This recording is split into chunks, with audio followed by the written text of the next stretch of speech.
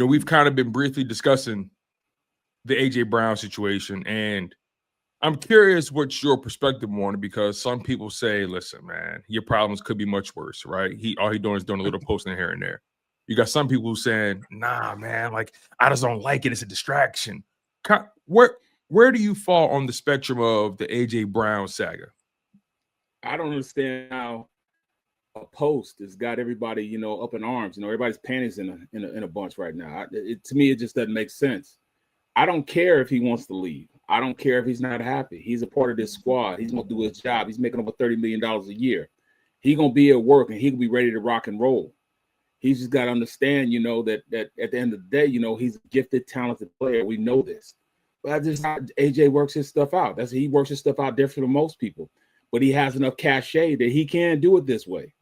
That's all. I've dealt and I've played with players, with more than what he's doing. All he's doing is just sending a tweet or whatever. I mean, to me, that means nothing to me. You know what I'm saying? I mean, at the end of the day, he's going to be there on Sunday. He's going to play.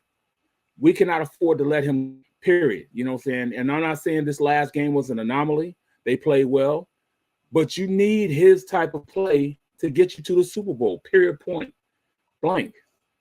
I mean, that's it at the end of the day. So I really don't care about him tweeting. I really don't care about him not being satisfied with, what his numbers are. At the end of the day, we're 6-2. And I believe he truly feels the same way. He's 6-2. Okay, he voices his opinion on Twitter, on social media. So what? He could be saying it to the news, you know what I'm saying? Saying it to people. He can do it that way also. Mm-hmm. At the end of the day, he has to be a player for the Philadelphia Eagles. He has to bring that work, and he's that dynamic of a player. He's a top 3 receiver in the NFL. We cannot let him go. You know what I'm saying? Yeah. Do whatever you got to do to appease him, or you ain't even got to appease him. As long as he's dressing on Sunday and balling on Sunday, it makes me know never mind. And that's the thing, right? He's under contract. That dead cap hit would be astronomical. The Eagles aren't trying to take that on. They got a lot of people they're trying to pay, so they can't really afford to waste any dollars right now. Year, bro. 16 this year, and next year would be 40. See what I'm saying? Like that penalty for trading him that would set you back a couple seasons with some guys, right? So that's why a guy that talented, they're not easily replaceable. We saw Tennessee try to replace AJ Brown with Traylon Burks. I don't even think he's on the roster anymore. Right. When you got a guy like AJ Brown in the building, and I think Seth Jordan said this on WIP. I think it was today or yesterday. He said, "Look, there's 2 people in the building that you don't mess with. It's the quarterback and the head coach. And as long as Nick Sirianni and Jalen Hurts can manage AJ Brown, he's gonna be on this team. And I think above all else, you have the perfect quarterback in the building, just from an aura and mentality standpoint. That seems like he can handle. Seems like he can balance the plates in a hurricane. That's the kind of personality. Right. He's the kind of personality that you need to have when you're managing all these type of guys in the building. All these guys have egos. You played this game. When you're talented, you make it to that level. You cannot be who you are without having some ego. Right. And that's why he's the way they are. I keep telling people all the time that most of the most gifted people in the world have the most baggage, have, a lot of mental problems. The reason why they're so great, that their body and their mindset can go past what somebody that we would deem as sane would stop. And that's what makes them special. They can take it beyond the threshold of what others can do and what others won't do. They don't have a problem with it. And that's why they're so great. That's why they're in the position where they are. Even gifted musicians, and they just think a different way. So you can't, you're managing all these guys on the team. And 53 players, you've got to put yourself in a position where you got to say, all right, I understand he wants to do things this way. We don't want him to do these this way, but this is just what he's going to do. So, like it or not, AJ can tweet all he wants to. He can get on news say all he wants to. But as long as come Sunday, I see number 11 out there, I'm cool with it. It's not like he's not going to go out there and give max effort because he cares about the product that's on the field. He cares how he looks. We on the same page, bro. And that's the thing. You got a guy that has made it very clear that he dedicates himself to his body, to his craft, to his recovery. He takes this sport seriously. It's like a religion to him, right?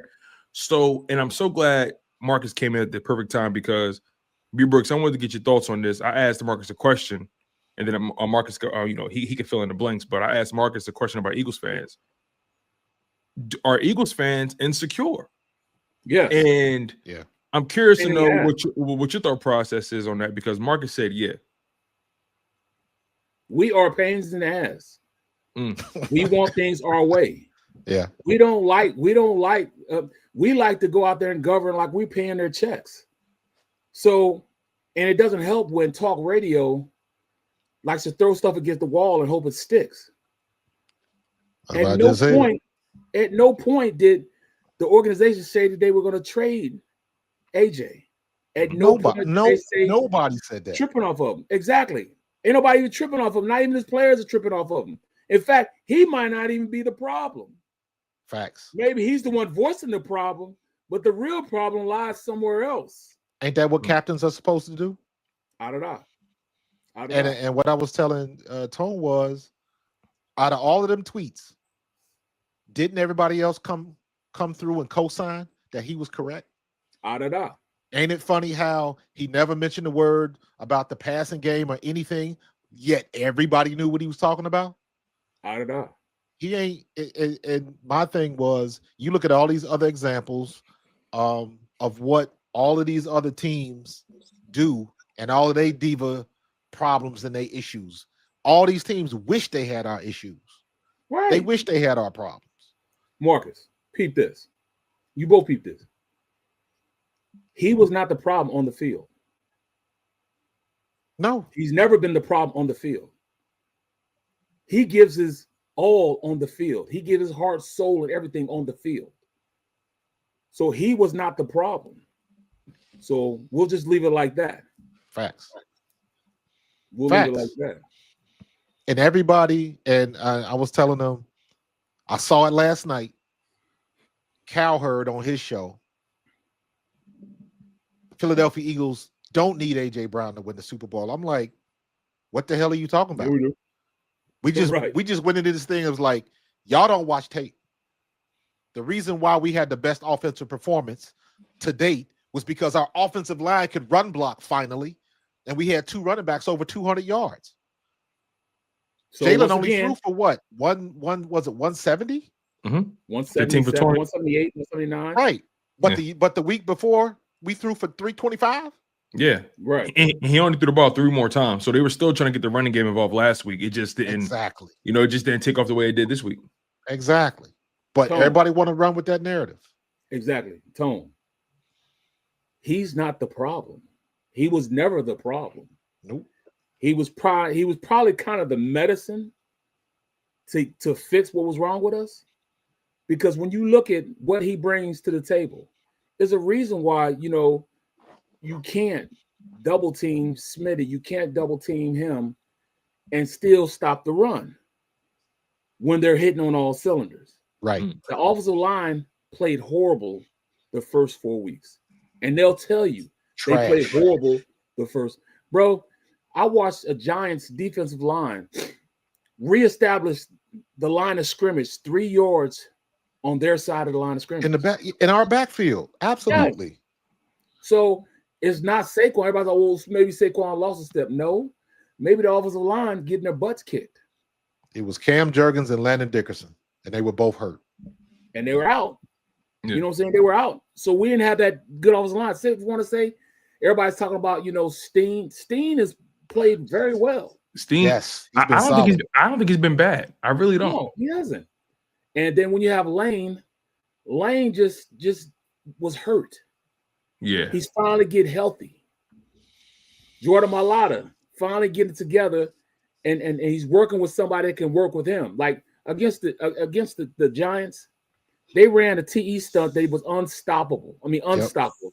There's nothing they could do, Oh, but yeah. And that first matchup, you're right. In the first matchup, you just kept seeing Brett Toth get beat at left guard, and there was no punch. Yeah. He didn't punch. You've got to punch to stop the initial rush of the 3 technique. So then you allow Jordan Mailata to come down and hit the 3 technique, so they can then twist off and get Burns in the inside. Well, he was turning like a brick. He had opened the gate up so that he couldn't block anybody. I mean, you have Jordan Mailata sitting there. He couldn't touch anybody because Brett Turf got beat up the field so fast. Yep, absolutely. You know, and Toth is coming off of. I never thought I'd say this. Coming off his best game of the season. I mean, I'm giving him flowers. You know, definitely I gave him his flowers. You know, the first, and there were 3 offensive line penalties in that first quarter, but after that they kind of settled in. And I mean, Toth, he's way better at center than he is left guard. It's not even a question. Absolutely. Was he a center at Army? No, he was a tackle, but he became a Swiss Army knife. He's been here 7 years. Right. I thought he had pictures of somebody in the organization because I didn't think he was good. You know what I'm saying? I mean, like, why is this guy still here? Because I got to give it to him. He only passed the ball during his entire Army career. I think he said when he was playing there, he only passed the ball with 11 to 19 times. Army don't throw I told you. He did not know how to pass block.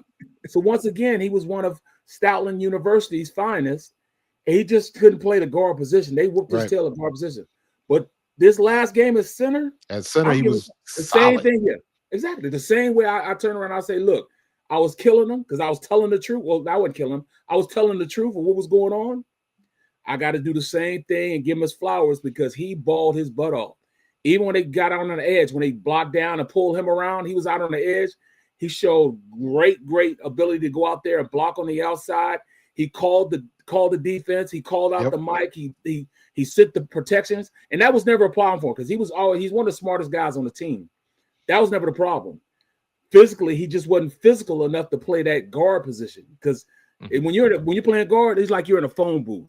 Everything happens right then and there, and you gotta hold it down because that's the quickest way to the quarterback. Yeah. So he don't look like he got the quickest feet either. Right. So he center position. He knew how to use his help.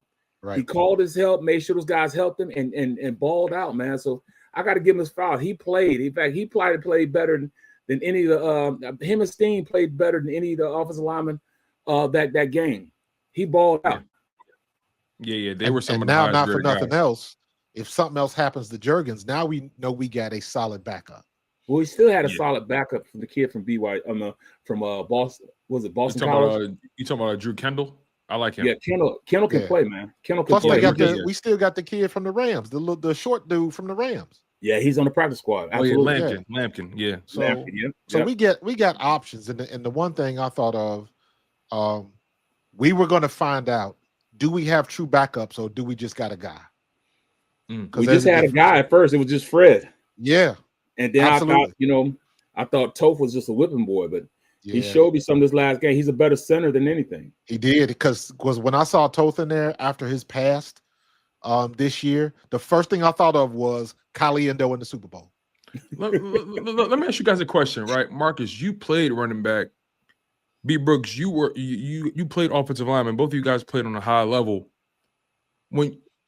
Take me into the world of that running back offensive line relationship, right? You know, when you're dealing with injuries anywhere on the offensive line, or you know, when you're trying to figure out where guys fit on this chessboard, right? Like, for example, Matt Pryor, when we first saw him on the field, they put him at right tackle. He was getting beat so bad, they had to take him out, put Fred Johnson in. They were reminded Fred Johnson is their legit swing tackle. Then Landon Dickerson, you put Toth at left guard, he's getting beat, but you put him at center. All of a sudden, you're figuring out, okay, he's our backup center, right? Kind of take me through the evolution that the running game and just the blocking as a whole goes through over the course of a season as roles are being defined. Well, as far as running backs, it's a lot of timing. You got to know who hits the hole, who's got the best hips, who's got the best feet. If you got a pulling guard, is that pulling guard? Does he do a good job of getting up into the hole, getting to the next level, getting his hands on people? I've seen our offensive line, they get hands on people, but they can't wheel their hips around. And, you know, Barrett, you can speak to this more than me, but I was always taught the offensive line, you get your butt between the ball carrier and your man. And it's up to the ball carrier. I'm looking for my offensive line's backs. I make the cut off his back. If I can see his back numbers, there's my exit strategy. That's the hole I'm trying to go through. So the timing is, because I've been in a situation, you come to a new place, you hit the hole too fast, you might beat your block through the hole. And you get your head blowed off. So you got to get your timing. That's why I like under center so much. Because when Jalen sticks that ball out, linebackers see ball, get ball, you create space, you stretch people out, it sets up the offensive lineman's block, and it makes your job easier. And I mean, like it or not, there's not a lot of guys getting blown off the ball, you know what I'm saying, in the trenches. You know, that's a fallacy we got kind of a little bit too enamored with last year. You know, those guys played at an all-star level last year. So you're just not blowing people off the ball like we saw last year. There have been times, you know what I'm saying, where I had Charlie going. Charlie used to tell me, hey, bro, I need you to blow him off the ball. All I need is 2 inches. I'll do the rest. And 2 inches with all he need. He could get through a phone booth. That's how quick he was and how he set things up. He said all the time, you're not going to blow anybody off the ball. You just got to make sure you're between him and the defender. You know what I'm saying? That's all you got to be. But, you know, I think it has a lot to do with, like, everybody's on Saquon. Oh, he lost a step. No, he didn't. Penetration kills all run plays. Yes. And the defensive line were just deboing our offensive line and pressing him back 3 yards into the backfield. So as soon as he got the ball, even in shotgun, he was making a move to either make a miss or he was getting tackled immediately as soon as he got the ball. So you can't do anything as a running back when that happens.